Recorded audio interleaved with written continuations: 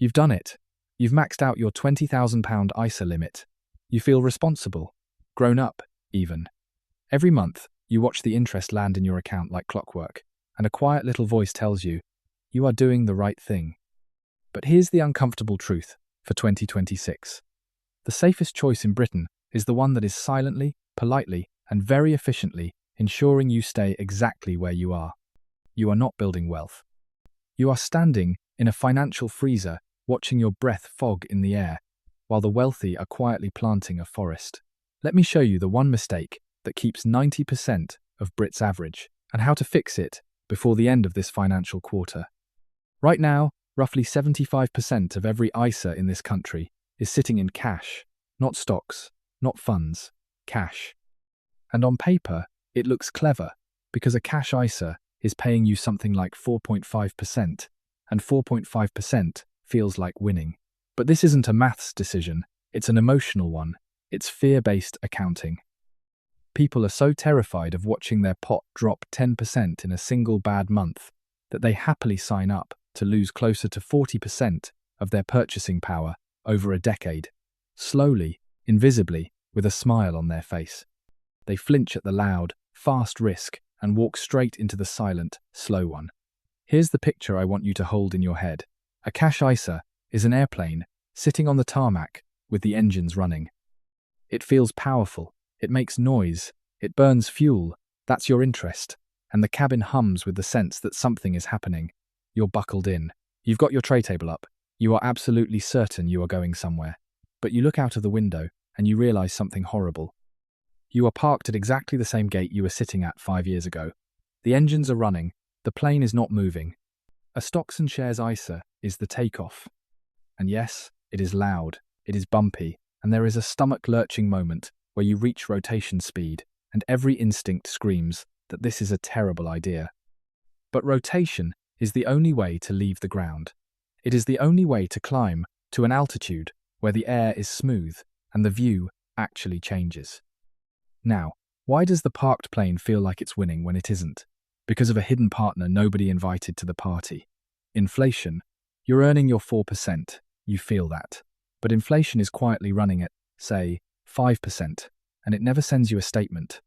So your 4% of interest gets neutralized, and then some. In real terms, after inflation and the sheer cost of living across the home counties, your real return isn't 4.5%. It's negative. You are running as hard as you possibly can, arms pumping, lungs burning, just to stay at the very back of the pack. Which brings me to the deepest idea in this whole video. The difference between a battery and a generator. Cash is a battery. It holds a fixed charge. It feels reassuring because you can see exactly how much is in it. But every time inflation touches it, that charge quietly drains. And every time you spend from it, it gets smaller. A battery only ever goes one direction, down. Investing is a solar generator. It takes the raw energy of the entire global economy, every company, in the city and far beyond it, getting up in the morning and trying to make a profit, and it converts that energy into a permanent, self-renewing flow. Here is the mindset shift that separates the wealthy from the average. Wealthy Brits do not want a full battery. They want a running generator. They don't want a pile of money that shrinks. They want an engine that produces. And if that still sounds like theory, let me put a number on it, a real one.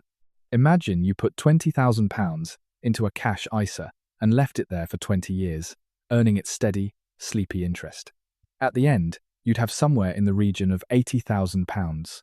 Not bad, you think. Now take that same £20,000 and put it into a boring, low-cost, global index fund for those same 20 years. Historically, you'd be looking at over £300,000. Sit with that gap for a second. That is not a rounding error. That is more than a £200,000 difference, the price of an entire house in the north of England, and it was decided not by luck, not by skill, but by which box you ticked on a quiet morning years ago. That safe decision didn't protect your money. It quietly cost you a home. This is what I call financial breathlessness. It's that feeling you get at the start of a new financial quarter when you look at your responsible, maxed-out cash ISA and feel a strange flatness. And the reason is simple. Your assets aren't breathing for you. They're holding their breath, right alongside you. So how do you actually fix it without your lizard brain sabotaging you the first time the market wobbles? You use the manual override, and the technical name for it is pound cost averaging. Instead of taking your whole pot to the edge of the diving board and forcing yourself to jump, you set up a simple, automatic drip feed. The same amount, on the same day, every single month, going from cash into a stocks and shares ISA, no matter what the headlines are screaming. When markets fall, your fixed payment quietly buys more shares at a discount. When they rise, it buys fewer. You stop trying to be clever. You stop trying to time the perfect moment, and you calmly remove the panicking part of your brain from the controls. That's how you get the plane off the tarmac without losing your nerve at rotation speed. And here's why doing this inside the ISA wrapper matters more in 2026 than at almost any point in living memory. We are living in the age of fiscal drag. The personal allowance has been frozen at £12,570. So as wages creep up, more and more of you are quietly dragged into higher tax bands without a single rate ever officially rising. Meanwhile, HMRC has been sharpening its shears. The capital gains tax allowance, which stood at over £12,000 just a few years ago, has been cut all the way down to £3,000. And the tax-free dividend allowance? Crushed to just £500. Outside a wrapper, that is a pincer movement. Your gains get taxed, your dividends get taxed, and fiscal drag tightens the whole time. But inside the ISA, every pound of growth, every dividend, every gain, completely shielded, no capital gains tax, no dividend tax, nothing owed to HMRC on the way out. In a high-tax era, the ISA wrapper and its pension cousin, the SIP, isn't a nice-to-have. It's the single most valuable piece of financial armor an ordinary Brit is legally handed. And if there's one objection still holding you back, it's probably this: the quiet fear that you've simply left it too late. So let me put that to bed. The best time to plant the forest was 20 years ago. The second best time is this quiet morning, right now. Every single year you leave that money parked on the tarmac is a year of altitude you can never claw back. Because the most powerful force inside that generator isn't the size of the return, it's the time you give it to run. Waiting for the perfect moment isn't caution. It's just the freezer wearing a very convincing disguise. So let's be clear about the real mistake. It was never that you invested badly. The mistake is that you never invested at all. You saved, and you called it investing.